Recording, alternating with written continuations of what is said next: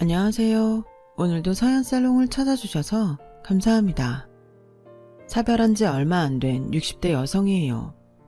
요즘은 돈이 있어야 자식들한테 효도받는 시대라고 하잖아요. 그래서 그런가 얼마 전 세상을 떠난 제 남편은 살아생전에 자식들한테 엄청난 거짓말을 했어요. 그게 다 저를 위한 거라고 했지만 돈 앞에선 부모 형제도 없다고, 결국에 남편의 거짓말도 소용이 없게 됐네요. 어쩌다 세상이 이렇게 변한 건지 씁쓸한 마음뿐입니다. 남편과 저는 한 동네에서 나고 자랐어요.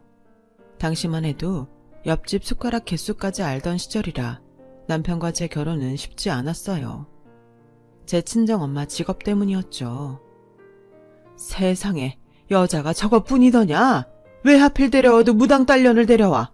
내 눈에 흙이 들어가도 이 결혼 절대 안 된다. 이 애미 죽는 꼴 보고 싶으면 어디 한번 해봐라. 시어머니는 저희 결혼을 반대하며 3일이나 곡기를 끊고 알아놓으셨고, 사랑 때문에 불효를 저지를 수 없었던 남편과 저는 결국 헤어지기로 했어요. 그렇게 헤어지고 1년쯤 지난 남편은 시어머니 뜻에 따라 선을 받고 몇 달 지나 결혼을 하게 되었어요. 동네를 지나가다가 남편과 마주칠까봐 한동안 남편 출근 시간을 피해서 도둑고양이처럼 다니곤 했어요.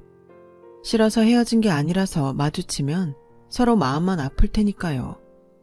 제가 그렇게 남편을 피해 다니는 사이 남편 부인이 아들을 낳았다는 소식이 들려왔어요. 장손이 태어나자 시어머니는 동네에 떡을 돌리실 정도로 좋아하셨어요. 그러던 어느 날이었어요. 당시 저는 동네 미장원에서 보조로 일하며 틈틈이 주사 놓는 일을 하고 있었는데 제가 일하는 미장원으로 전화가 온 거예요. 시어머니였어요. 평생 안 보고 살 것처럼 그러시더니 와서 영양제 하나만 놔주고 가라고 하시더라고요.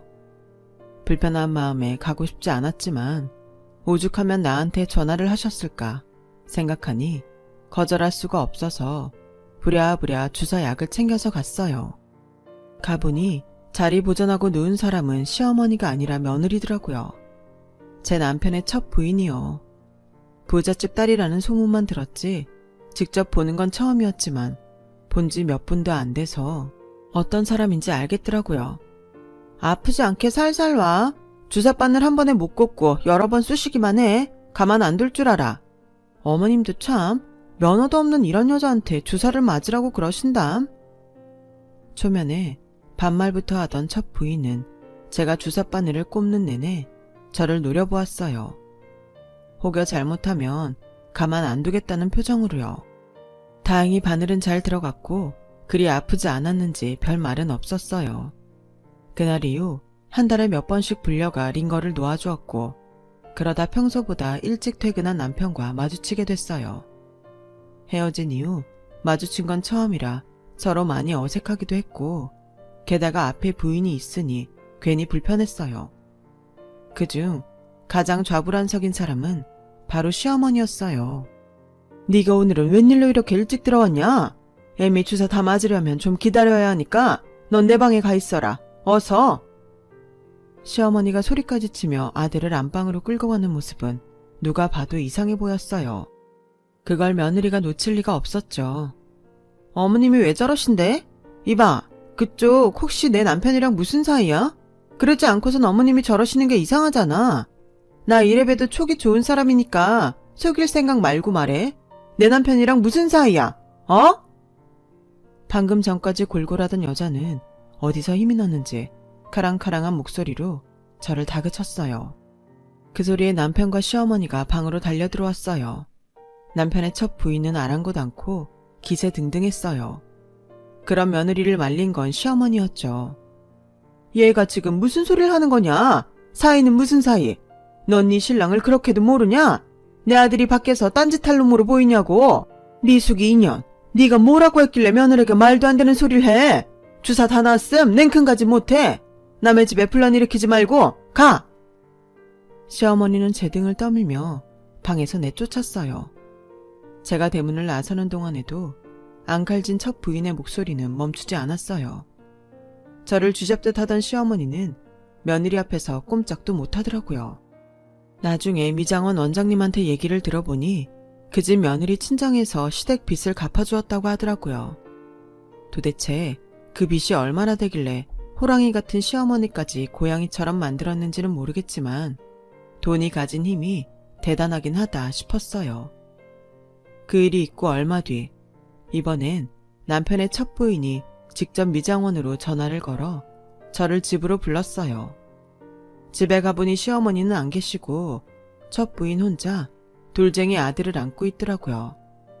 딱 봐도 주사를 놔달라고 저를 부른 게 아니라는 건 알겠더군요. 남편한테 그쪽 얘기 들었어.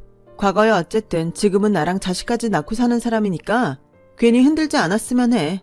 그래봐야 달라질 건 하나도 없으니까. 내 말 알아듣겠지? 괜히 허튼 짓 하다가 나한테 걸리면 가만 안 둘 거야. 내가 남의 남자랑 바람피다 걸린 것도 아는데 왜 이런 소리를 들어야 하는지 이해가 안 갔지만 그때는 제가 어리기도 했고 동네 사람들한테 무시당하고 손가락질 받으며 살던 때라 아무 소리도 못하고 나왔어요. 그러고 집으로 돌아오는데 그렇게 눈물이 나더라고요. 내 팔자는 왜 이 모양인 건지 괜히 엄마가 원망스러웠어요. 이런 제 원망 탓이었을까요? 몇 해 전부터 몸이 안 좋아져서 신도 보내고 자리 보전하던 엄마가 세상을 떠나고 만 거예요. 형제 친척도 없는 데다 문상 올 사람도 없어서 따로 장례식은 않고 엄마 뜻대로 화장을 했어요. 온기도 가시지 않은 유골함을 안고 한참을 주저앉아 울고 있는데 남편이 화장터까지 찾아왔더라고요. 오빠가 여긴 왜 왔어? 아는 사람이라도 만나면 어쩌려고. 나 오빠 잊은 지 오래야. 더는 사람들 입에 오르내리기 싫다고. 너 때문에 여기 온 거 아니야. 아주머니한테 미안해서 온 거야. 나 너랑 헤어지고 아주머니 많이 미워했어. 그게 죄송해서 온 거라고. 말로는 왜 왔냐고 화를 냈지만 실은 그날처럼 남편이 반가웠던 적이 없을 만큼 기뻤어요. 남편은 묵묵히 저를 따라 시외버스를 타고 엄마가 골분을 뿌려달라고 했던 곳까지 따라와 주었어요. 돌아오는 버스 안에서도 남편과 저는 서로 떨어져 앉았어요. 그때는 제 마음이 너무 약해진 터라 혹여 손끝이라도 닿았다가는 그대로 무너져 버릴지도 몰랐거든요. 그래서 남편한테 고맙다는 말도 하지 않은 채 그대로 집으로 돌아왔어요. 텅 빈 집에 들어오니 이제야 내가 고아가 됐다는 게 실감이 나더군요. 든 자리는 몰라도 난 자리는 티가 난다고 엄마의 빈자리는 생각보다 컸어요. 엄마를 떠나보내고 한동안 일도 안 나가고 이불 속에 들어가 있었어요. 밥도 먹기 싫고 손가락 하나 꼼짝하기 싫더라고요. 찾아오는 사람도 없고 밥은 먹었냐고 물어보는 사람도 없었어요. 세상에 나 혼자 떨어진 것처럼 완연히 혼자가 된 기분이었어요. 그때였어요. 누가 대문을 쾅쾅 두드리더라고요. 나가봤더니 시어머니가 죽이 담긴 냄비를 들고 서 계셨어요. 큰일 치렀다는 얘기 들었다. 간밤에 네 엄마가 꿈에 나왔더라. 딸년 혼자 남겨두고 가려니 발길이 안 떨어졌던 모양이지? 나한테 찾아와 너 밥 좀 챙겨주라고 하는 걸 보면 말이다. 오죽하면 내 꿈에까지 찾아와 그런 부탁을 할까 생각하니 그냥 있을 수가 있어야지. 이럴 때일수록 먹고 힘내서 살아야 하지 않겠니? 입맛 없어도 억지로라도 먹어라. 남들 볼지 모르니 가볼란다. 늘 제게 찬바람만 쌩쌩하던 시어머니가 그날은 웬일로 다정하게 대해주셨어요. 저는 시어머니가 골목을 빠져나가도록 따뜻한 죽 냄비를 끌어안고 대문 앞에 서서 그 모습을 지켜보았어요. 그동안 미워했던 마음이 눈 녹듯 사르르 녹아버리는 것 같았어요. 그 후 얼마 뒤 살던 집을 정리하고 그 동네를 떠났어요. 내가 무당이라는 걸 모르는 곳에 가서 새 출발하겠다는 생각으로요. 낯선 동네에 가서 점포가 딸린 집을 구해 미장원을 차렸어요. 처음엔 파리만 날리다가 한 2달쯤 지나니 사람이 제법 들더라고요. 기술이 있으면 굶어 죽지 않는다는 말이 틀리진 않았다 싶었죠. 몇 년이 지나니 단골도 제법 생겼고 한가한 낮 시간에는 수다를 떨러 동네 여자들이 찾아와 사랑방 역할을 하게 되었어요. 동네 아주머니들 중에는 중신을 서겠다는 분들도 꽤 있었죠. 하지만 인연은 따로 있더라고요. 살던 동네를 떠난 지 3년쯤 지난 어느 날이었어요. 청소를 막 마치고 가게 문을 열었는데 시어머니가 찾아오셨더라고요. 여긴 어떻게 알고 오셨어요? 쌀집 박씨한테 듣고 찾아왔다. 너 이사할 때 집 날라줬다면서? 제가 시어머니를 보고 귀신이라도 본 것처럼 놀라자 그러시더라고요. 혼자의 힘으로 번듯한 가게까지 차리고 그간 애썼구나. 그 말씀하시려고 오신 건 아닐 테고 여기 무슨 일로 오셨어요? 혹여 오빠랑 만날까봐 오신 거라면 걱정 안 하셔도 돼요. 그 동네 떠나고 한 번도 본 적 없어요. 그러니 안심하고 돌아가세요. 그래서 온 거 아니다. 시어머니는 입술만 달싹거릴 뿐 좀처럼 말을 꺼내지 못했어요. 그러다 작심한 듯 그러더군요. 너 아직 우리 영민이 마음에 있니? 괜한 오해하는 거 아니니? 내 얘기 더 들어라. 작년 봄에 우리 며느리가 세상을 떠났다. 어릴 때부터 워낙 병치레가 잦은 애였다는데 그래서 그렇나 명줄이 거기까지더라. 며느리 죽고 손주는 내가 보고 있다. 나도 이제 나이가 들어서 손주 보는 게 여간 힘든 게 아니야.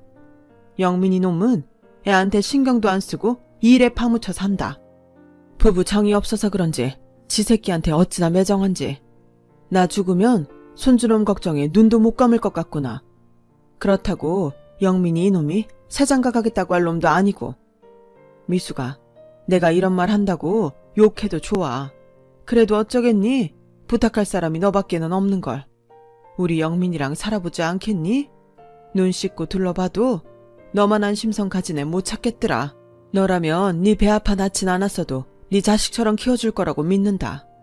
내가 믿을 사람이 너밖에 없어. 미수가 내가 이렇게 부탁한다.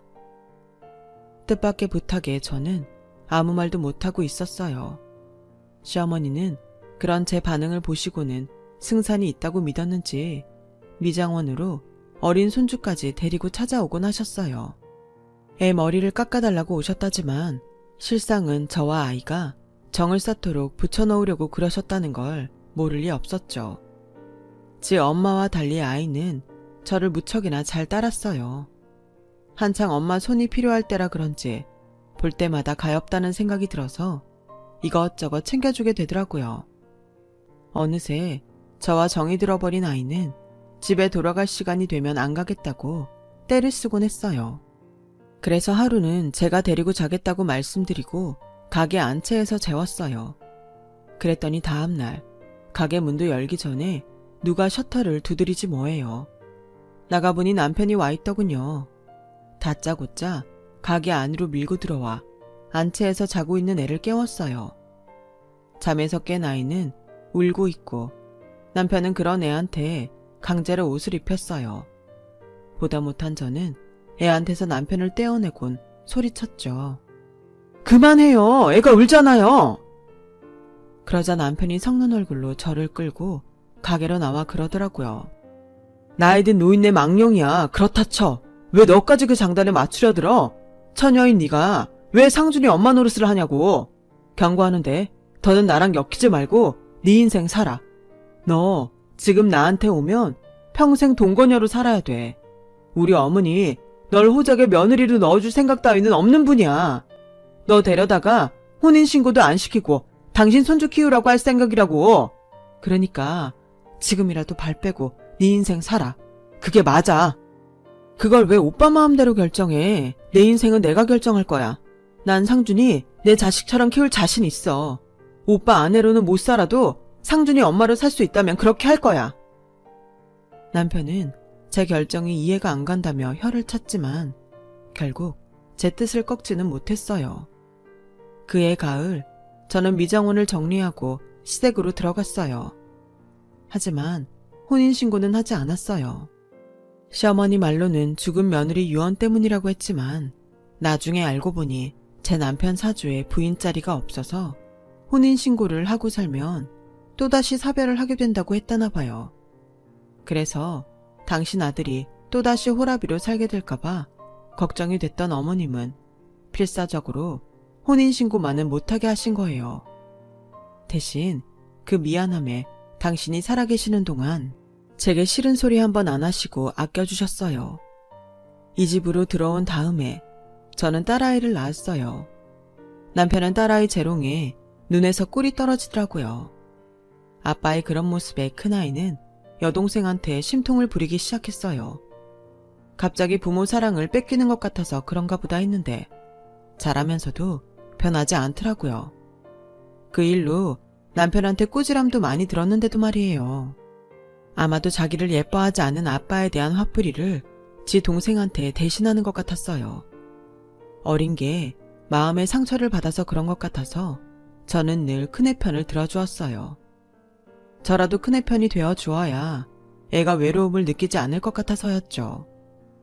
큰애는 사춘기를 지나면서 제 아빠랑 맞서는 일이 잦아졌고 성인이 돼서는 부자지간의 대화조차 없을 정도로 사이가 소원해졌어요. 반면에 딸아이는 지 아빠 사랑을 독차지하고 살았죠.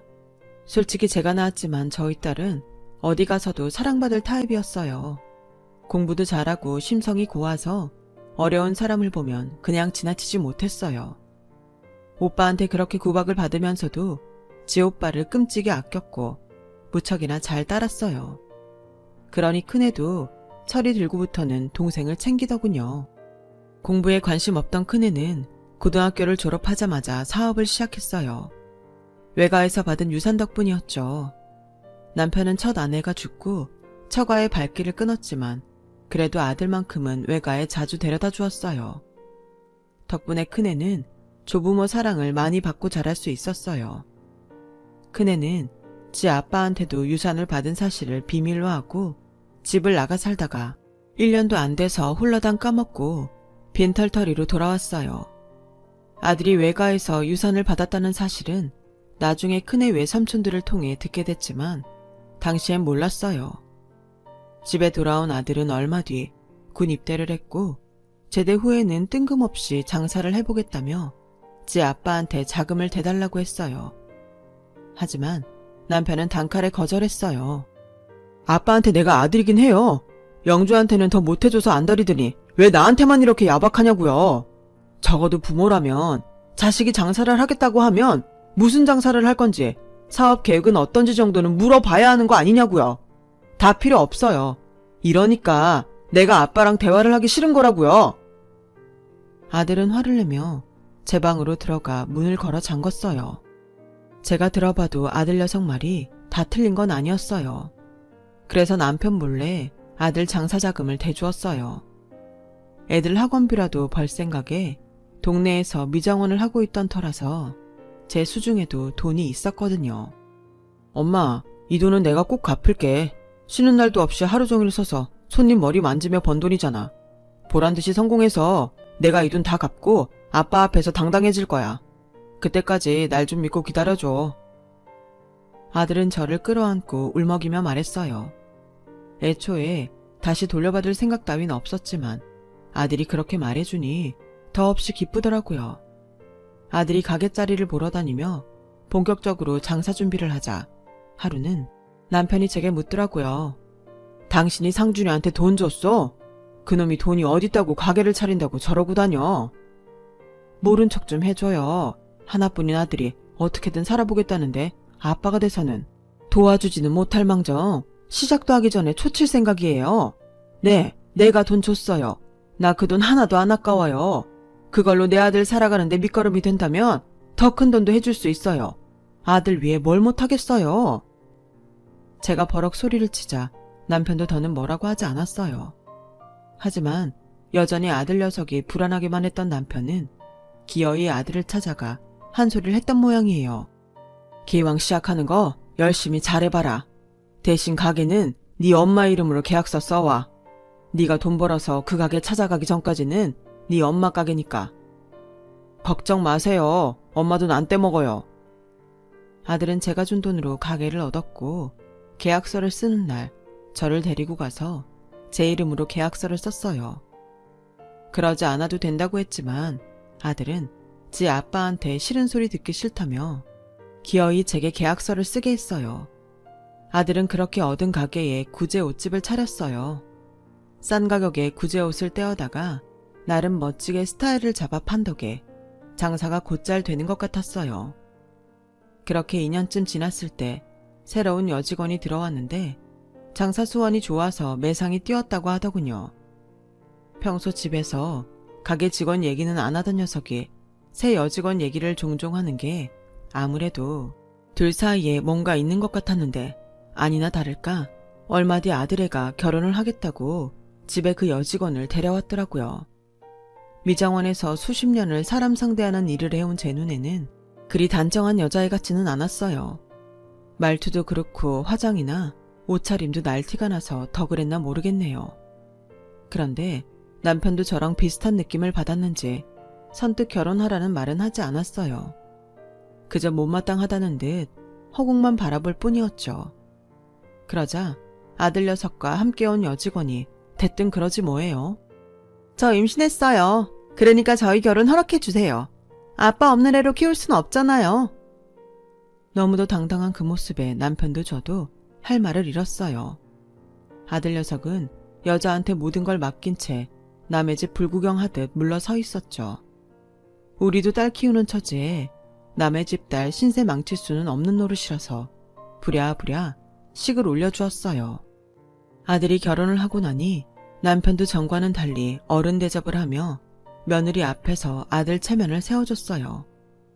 결혼 전에는 그리 탐탁치 않았던 며느리지만 그래도 내 집 사람이 된 이상 살갑게 대해주려 노력했어요.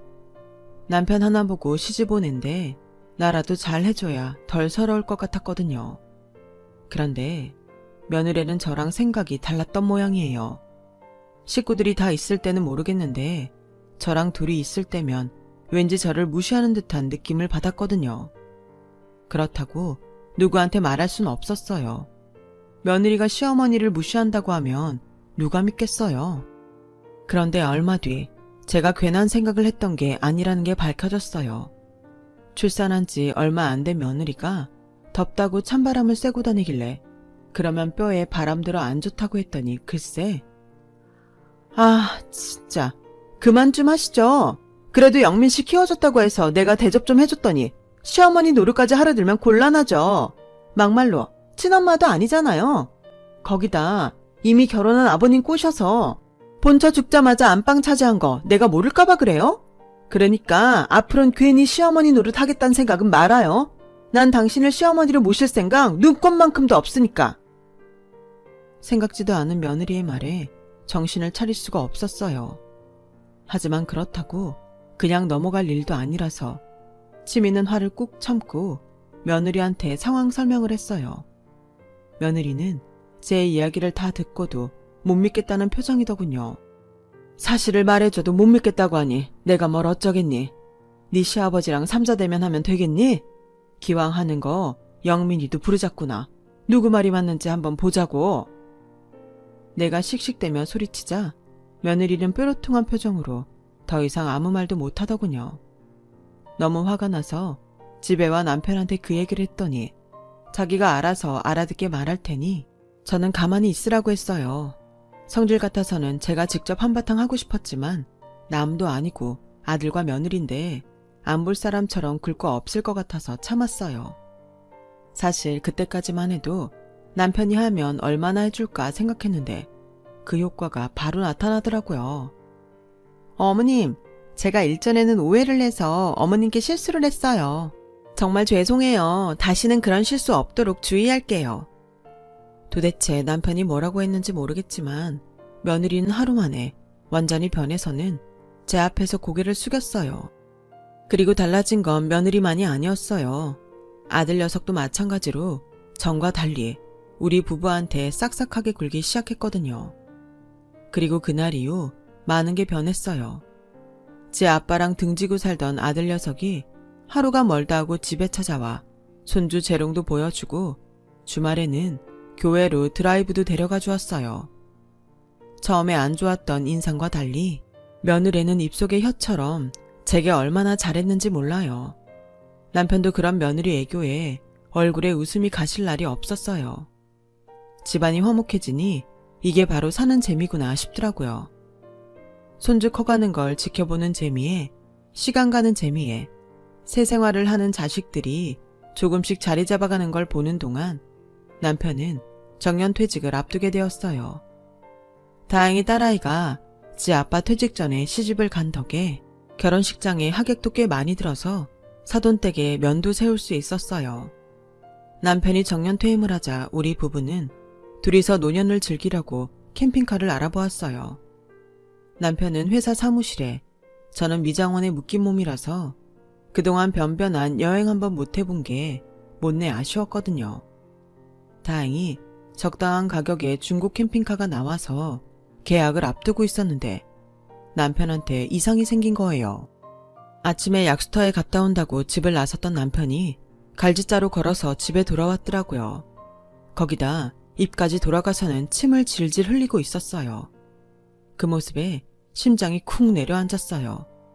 그 길로 병원에 달려가 입원한 남편은 뇌경색 판정을 받았어요. 뇌경색도 뇌경색이지만 남편이 당뇨를 앓고 있었는데 합병증 탓에 신장까지 꽤 심각한 상태가 됐다는 거예요. 이제 겨우 인생을 즐기려고 하는 순간 불어닥친 병마로 남편은 투병 생활을 시작해야만 했어요. 저는 미장원을 접고 남편 병간호를 맡아서 시작했어요. 저한테는 세상 둘도 없이 자상하던 남편은 병원 생활이 길어질수록 성격이 변하기 시작했어요. 다시는 예전처럼 돌아갈 수 없다는 생각에 모든 걸 내려놓은 사람 같았죠. 당신 정말 이럴 거예요? 아예 죽기로 작정했냐고요.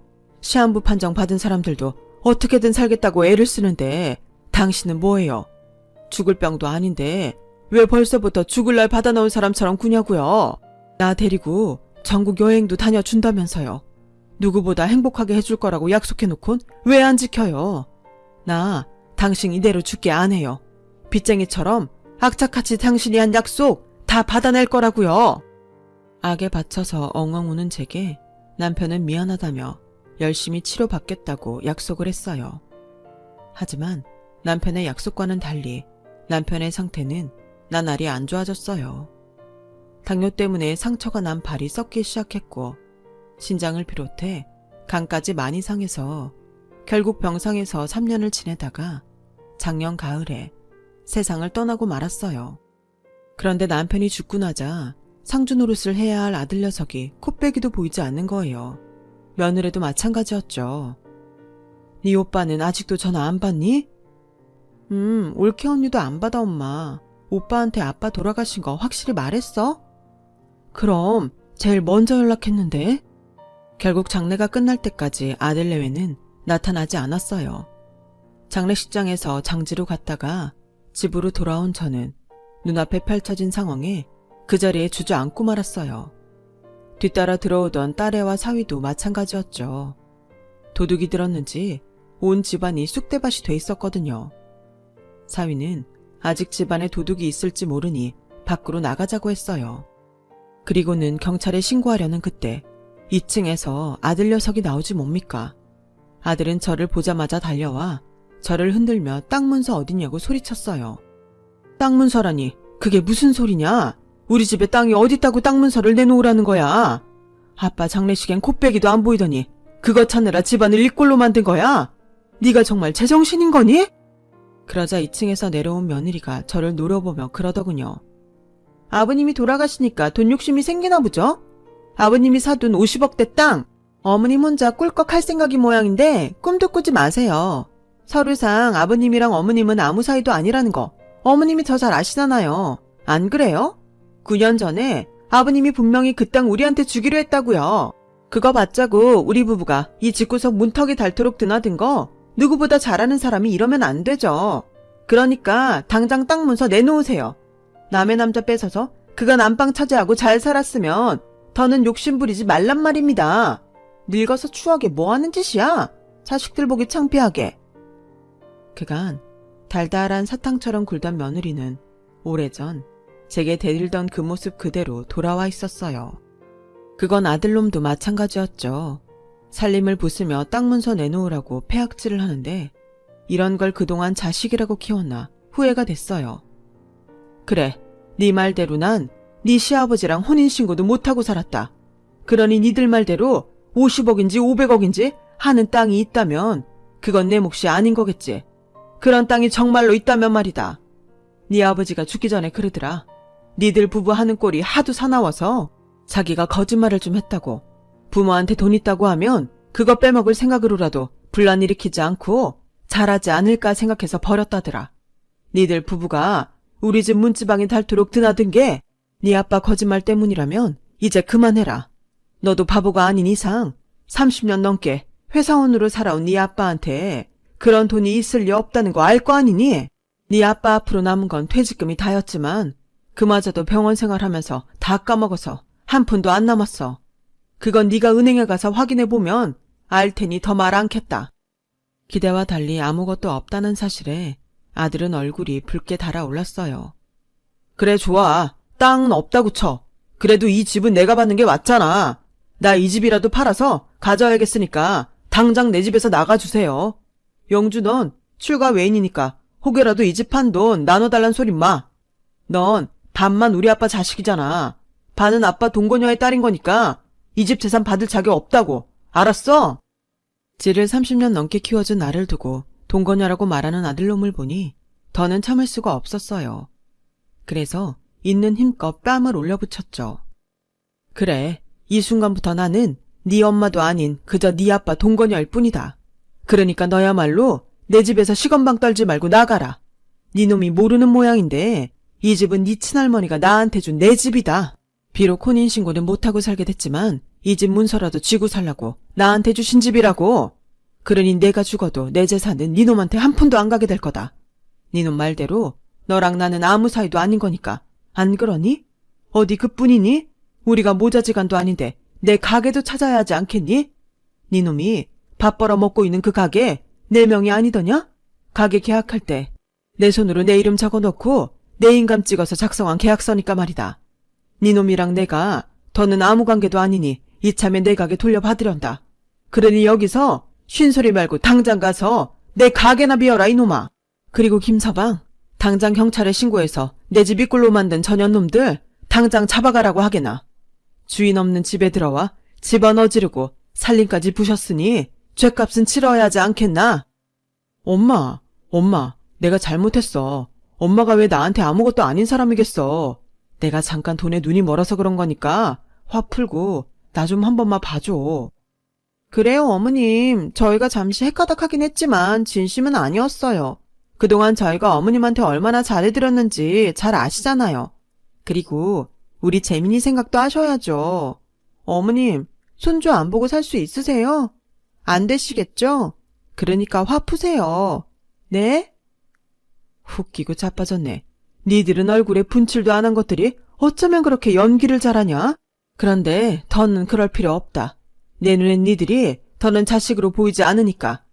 돈 때문에 부모 장례식도 안 오고 그런 것들을 어떻게 자식이라고 할 수 있겠니?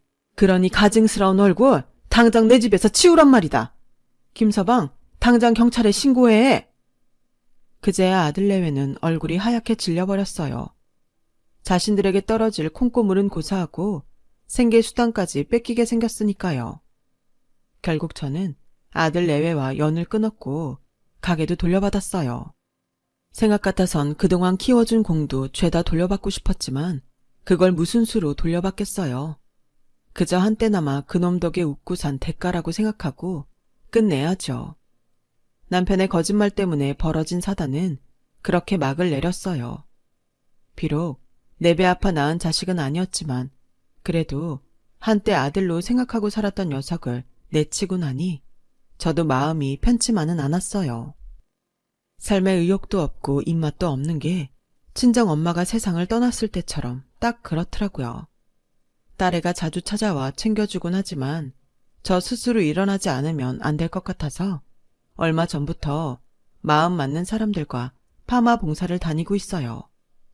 머리할 곳이 마땅치 않은 시골 마을에 찾아가 무료로 파마도 말아주고 커트도 해주고 있답니다. 저도 부족하다고 칭얼대는 못난 아들놈한테 내 살 좀 떼서 베푸느니 앞으로는 정말 내 도움이 필요한 사람들을 찾아다니려고 해요. 적어도 배신감에 치를 떨 필요도 없고 보람도 느낄 수 있을 테니까요. 모르긴 해도 먼저 하늘로 간 남편도 이런 저를 보면 기뻐할 것 같네요. 긴 제 사연을 들어주셔서 감사드립니다. 제 새로운 삶도 응원해주세요. 가족들과 항상 행복하시길 진심으로 바랍니다. 여러분, 사연 댓글에 응원과 현명한 조언 부탁드려요. 좋아요와 구독은 저에게 큰 힘이 됩니다. 오늘도 좋은 일 가득하세요.